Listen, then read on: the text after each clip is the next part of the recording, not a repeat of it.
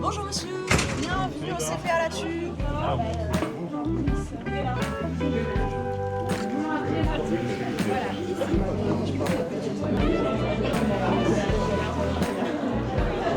Saint-Rémy, du coup toi c'est en bas.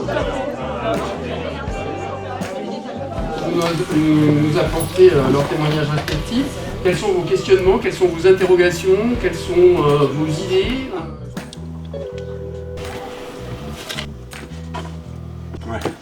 Ces rencontres régionales, c'est vraiment un temps consacré à ce que des acteurs se connaissent, se voient physiquement, se parlent, échangent. Je dirais que les temps off sont presque aussi importants que les ateliers, les conférences. Ça permet de créer des possibilités de collaboration.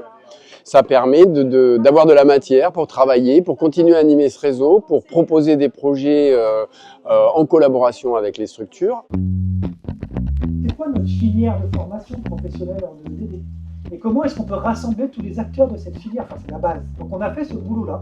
Et parfois, quand on est différent, on a des langages différents. Comment on arrive à travailler ensemble et à créer des choses ensemble, sans se connaître et en partageant ces valeurs-là. Donc il y a tout un tas d'études qui ont été faites sur des troubles anxieux, mais ça perçoit l'éco-anxiété comme un trouble. Ça fait déjà longtemps que c'est connu et observé. Comment on arrive à vraiment faire changer les choses. Le fait de passer quelque chose, un projet à un autre, pour qu'il puisse aller plus loin, c'est, je pense, aussi un enjeu de la coopération, de ne pas garder le savoir ou les compétences pour soi, mais d'arriver à les transmettre aussi.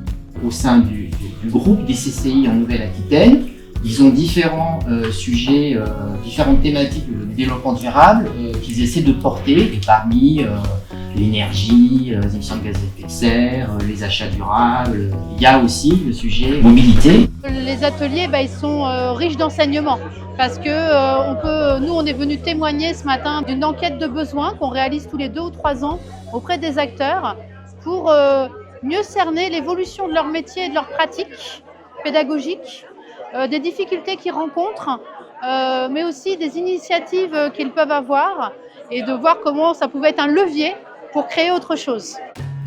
Éventuellement, mais suivante. Oui. Par contre, ça peut, pour l'avoir vécu sur certains projets, une situation conflictuelle compliquée peut déboucher sur un projet commun. On a essayé de piocher un peu les exemples que les uns et les autres on a pu vivre, souvent à la marge de nos activités. T'es pas le même jour. C'est pas la même personne. Dans le groupe, on avait aussi des personnes de la région, de l'État, via l'Adréal ou le ministère. Donc on a pu partager un peu le cadre de ces actions futures qui auront besoin de nous pour aller faciliter justement cette mise en action sur le terrain. On a fait un débat silencieux, c'était assez intéressant. C'était la première fois que je faisais ça. On s'adresse aussi beaucoup à des gens qui sont déjà persuadés de ce qu'on fait, des convertis. Et donc l'idée c'est d'aller aussi chercher des personnes qui sont un peu moins concernées et voilà, de comment les capter, c'est toutes les questions qu'on s'est posées ce matin. Soit on va limiter l'impact justement par des compensations financières. Combien tu es prêt à payer pour pouvoir rentrer et accéder aussi? C'est un vrai problème de refuser l'environnement aux gens qui n'ont pas d'argent. L'idée c'était de faire un petit groupe, quelque chose qui permet de faire émerger des solutions. Chacun ramène un éclairage nouveau sur la situation concrète. Et donc on a tous à s'apporter, en fait, on est tous légitimes, mais on n'a pas le temps. Donc l'idée c'est de faire ça plus dense. C'est pas forcément le cas des touristes qu'on accueille, donc il faut aussi qu'on pense entre guillemets comme eux et qu'on s'adapte à leurs pratiques, à leurs besoins. Ça fait du bien psychologiquement parce qu'on se sent pas seul, donc ça c'est cool de voir qu'on est tout un tas à travailler dans le même objectif. Et puis on repart surtout avec beaucoup d'idées, avec beaucoup de contacts aussi, donc très positif. Ouais. Donc l'idée de cette matinée, c'est que vous allez avoir 45 minutes pour vagabonder entre les différentes tables. Et au démarrage, au lancement de l'atelier, on va faire en sorte que vous soyez déjà nombre équilibré, mais aussi structures différentes représentées sur la table. Et le principe du forum vivant, c'est qu'il n'y a pas vraiment de règles de rotation. Le but évidemment, c'est que vous ayez pu voir ou alimenter les 4 thématiques. Donc toutes les idées qui ont été partagées aujourd'hui, le but c'est que ça nourrisse finalement tout le réseau et qu'ensuite ce qui s'est passé ici puisse être transmis, rapporté au reste du réseau pour qu'ils en bénéficient. Ouais, c'est l'objectif. C'est bien, faut voir... Ce qu'il y a, c'est que c'est assez large comme sujet. que les ateliers de production sont en train de se terminer. L'idée, c'est de récolter un peu de la matière sur un certain nombre de thèmes qui ont été identifiés, dont on va se saisir maintenant pour faire progresser l'éducation à l'environnement en Nouvelle-Aquitaine dans les 3 à 4 ans qui viennent. Sur les questions de la formation, sur les questions de l'éco-anxiété, etc., sur l'ensemble des sujets qui ont été abordés dans cette lettre. Qu'est-ce qui vous parle pour cette idée de s'approprier les connaissances? En tant qu'animateur, on peut aussi être bien plus dans le lâcher-prise, dans l'écoute des autres, et du coup, merci le corps, quoi, en fait. Vous n'êtes pas que dans la transmission, mais vous êtes aussi des fois à questionner qu'est-ce que les gens ont dans la tête, qu'est-ce qu'ils ont construit et leur savoir. Et pour moi, aller interroger la tête, c'est comment ils voient le monde, comment ils le comprennent. Moi, ça me parle plus d'avoir quelqu'un en mouvement qui habite plus son propos.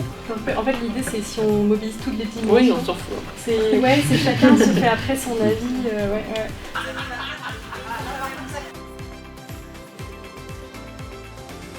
On a des formes d'apiculture qui ressemblent beaucoup aux élevages intensifs de vaches. On opère tellement d'impact sur nos écosystèmes que sur le ratio, on ne devrait pas quand même être choqué.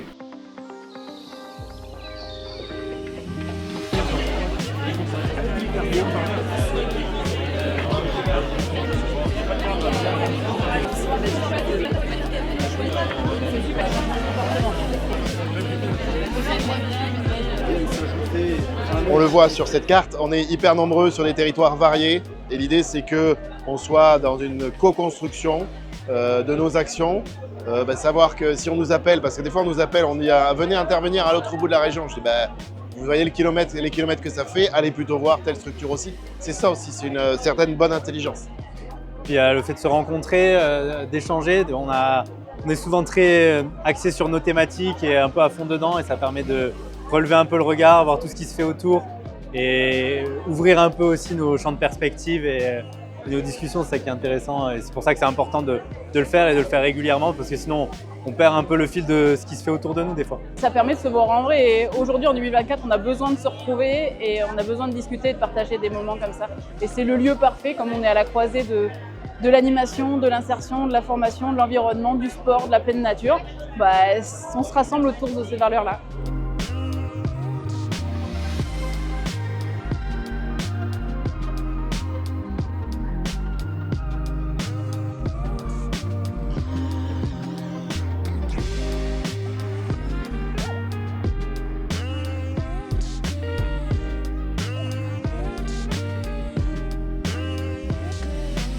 Sur cette édition, on a voulu mettre l'accent sur l'évolution des publics. Donc on réfléchit chacun dans son territoire, dans sa structure. Et la table ronde sur les nouveaux imaginaires et les nouveaux récits, là c'est pour apporter de la matière, de la connaissance, de l'expertise, sans être forcément trop descendant. Bonjour à tout le monde, je suis ravie d'intervenir sur ce sujet qui me semble tellement précieux dans nos accompagnements au changement dans cette période actuelle. Voilà, on va vraiment prendre le temps de décortiquer ce qu'on entend derrière imaginaire. Et donc par rapport à cette question, par rapport à nos métiers d'accompagnement au changement, de sensibilisation, les imaginaires finalement ils sont à la racine des problématiques. C'était à la fois vouloir donner du contexte, une prise de recul dans ce qu'on entend par les imaginaires, d'avoir conscience qu'on a des représentations, aussi inspirer et aussi de s'inspirer nous-mêmes des partages des personnes. Et on voulait vraiment que ça soit très participatif, que ça ouvre des portes, qu'on n'impose pas des visions, parce que c'est un peu la notion d'imaginaire justement, d'ouvrir en fait ces possibles-là. Et le défi, c'était vraiment de montrer comment, en fait, par différents leviers, on peut vraiment aller questionner ces imaginaires et en diffuser des nouveaux. Dans l'exemple que j'avais donné, les accords Toltec, tout simplement au niveau social, je pense que c'est une bonne base, quoi. Voilà. Je pense à Gandhi et le fait de vivre simplement pour que d'autres puissent simplement vivre. Qui sont ces super BD qui parlent de plein d'enjeux sociétaux et environnementaux. Ça fait partie de notre essence de raconter des histoires et de se projeter. Et donc voilà, c'est tout ça et certainement plein d'autres choses aussi, mais voilà, tout ça qu'on va mettre derrière le champ des imaginaires. Il n'y a pas un bon récit, il n'y a pas un bon imaginaire. Donc c'est plutôt d'avoir plusieurs voix, et donc une voix qui venait plutôt de l'ESS, une voix qui venait plutôt des collectivités territoriales et une voix qui venait plutôt de l'entreprise. Et donc c'est dans ce tissage de voix en fait qu'on a essayé d'apporter des choses avec des visions un peu différentes et complémentaires, j'espère, sur cette question des récits. Le but c'était de de leur dire que sûrement les valeurs qu'ils incarnent et qu'ils essayent de mettre en œuvre et le monde auquel ils croient et celui qu'ils veulent diffuser, en fait il existe. Il y a déjà une communauté de par le réseau Graines et aussi des acteurs extérieurs comme nous qui partageons ces visions-là. De leur donner quelques outils pour qu'en effet ça infuse et qu'ils aient le temps de sédimenter a posteriori.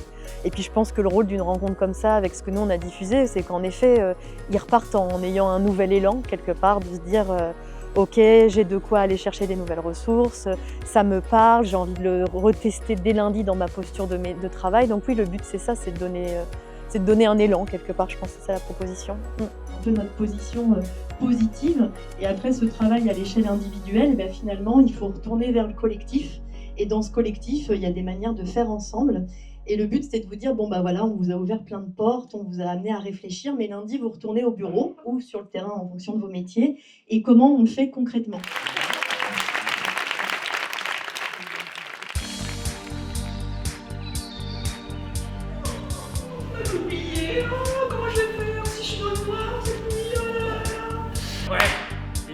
Vous la faites pas non plus, hein? Si, on l'a fait. Le nom comme ça, comment ça se passe? Très mal parlé, je m'en excuse. Vous regardez, j'adore le nom, c'est magnifique.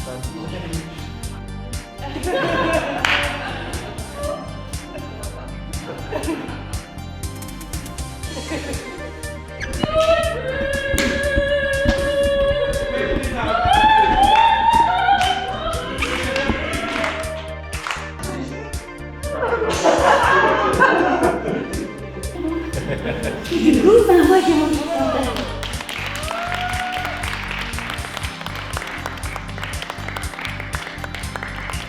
C'est super, c'est génial. Donc vous voyez, là ce que je disais, c'est juste ça d'être là, j'adore le lion. J'adore. Je le réalise en fait, en même temps que je te le dis, je le réalise. L'idée c'était à la fois de pouvoir initier des participants au clown théâtre, avec l'idée de faire une restitution de ce qu'ils ont vécu dans les ateliers de production et d'aller chercher ce qui a été vécu dans le corps, dans le ressenti, dans les émotions. Donc ça va être une restitution pas forcément fidèle à la production cérébrale, mais qui va nous emmener ailleurs. Et l'objectif c'est de passer un bon moment pour le public, pour les participants, et de vivre quelque chose de décalé. Ça va? Ouais. Merci aux Graines pour cette proposition qui est finalement très innovante. On parlait de créer des imaginaires, de créer des récits. Et je crois que c'est parti.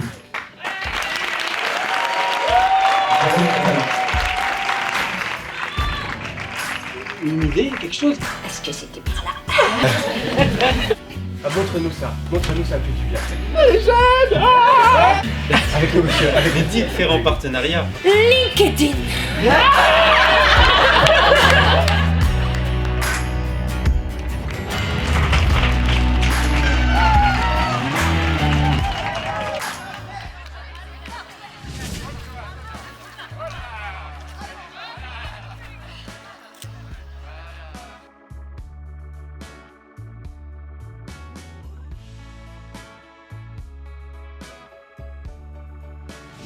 C'est bon.